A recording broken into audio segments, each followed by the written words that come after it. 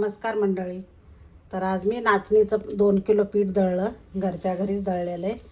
तर आता मी भाकरी दाखवते आणि किती छान होते बघा तुम्ही. तर एकदम असं म्हणजे कोण न खाणारे पण एकदम अगदी आवडीने खातील, इतकी छान होते भाकरी. तर त्याच्यासाठी चला बघूया कशी करते मी.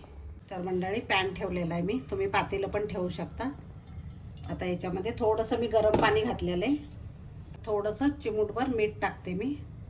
तुम्ही नाही टाकलं तरी चालेल, पण छान लागते मिठामुळे, टेस्ट छान येते, त्याच्यामुळे टाकायचं थोडंसं. आणि आता उकळी आली की गरम पाणीच टाकलेलं आहे, त्याच्यामुळे पटकन उकळी पण येणार आहे.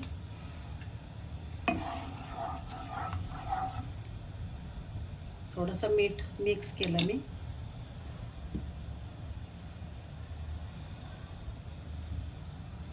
आणि आता बघा उकळी आलेली पाण्याला. तर आता मी पीठ टाकून घेते.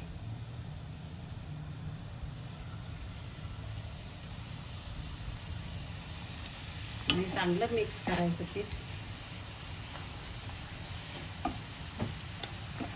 गॅस थोडासा कमीच करायचा, त्याच्यामुळे ना भाकरी एकदम लुसलुशीत मऊ होते.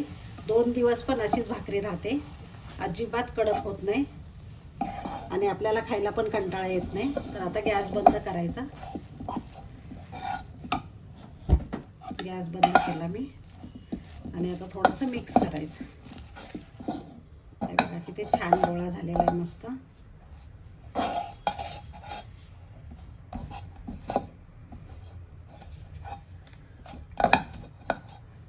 जेवढं पीठ आहे ना तेवढंच पाणी घ्यायचं.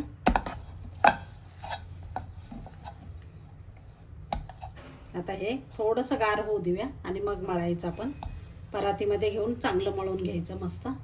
मी छान मळून घेते, अजिबात हाताला चिटकत नाहीये बघा. आणि नाचणीच्या भाकरीमध्ये ना आयर्न भरपूर प्रमाणात असतं, त्याच्यामुळे नाचणीची भाकरी अधूनमधून खायची. डायबिटीज लोकांसाठी तर खूप छान असते आणि चांगली असते. चपातीपेक्षा भाकरी तुम्ही कधीही चांगलीच असते, त्याच्यामुळे भाकरी. हे बघा मी आता छोटासा गोळा घेणार आहे, तर भाकरी खायला पाहिजे. आणि ही भाकरी मी लाटूनच करणार आहे. तर थोडंसं मी पीठ टाकलेलं आहे खाली. आणि आपण चपाती लाटतो ना त्याप्रमाणे लाटून घ्यायची भाकरी.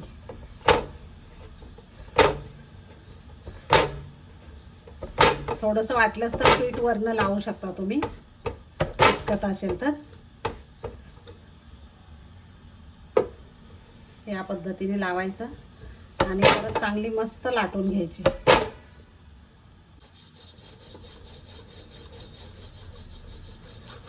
छान पातळ करून घ्यायची, जेवढी पाहिजे तेवढी तुम्हाला.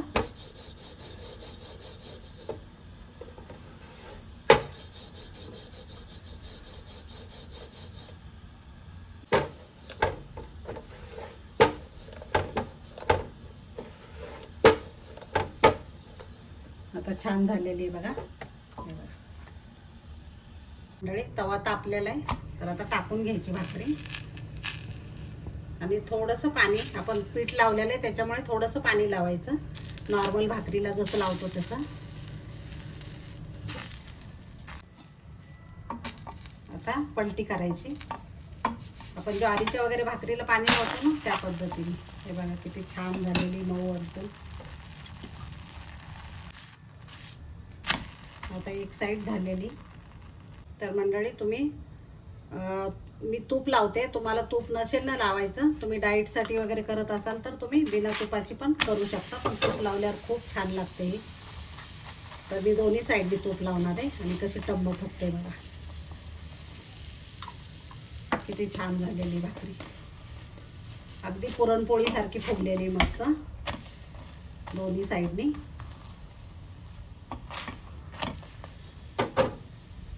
किंवा तुम्ही लोणी पण लावू शकता वरून, लोणी पण खूप छान लागतं. तर अशा पद्धतीने ही मऊ लुसलुशीत भाकरी तयार झालेली बघा.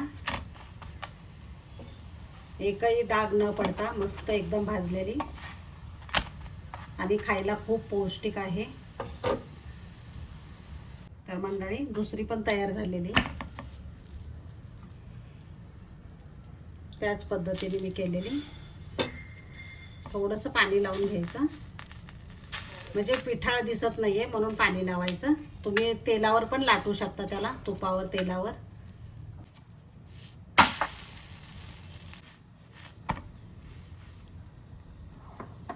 हे पण बघा कशी छान फुगते.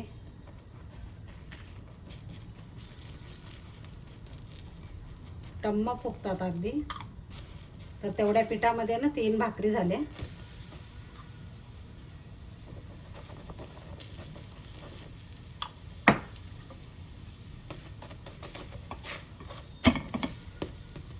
आणि काढून घेते आता ही पण.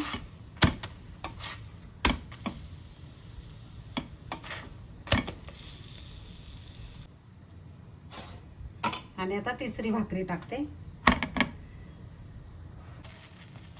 तिसरी पण भाकरी तयार झाली.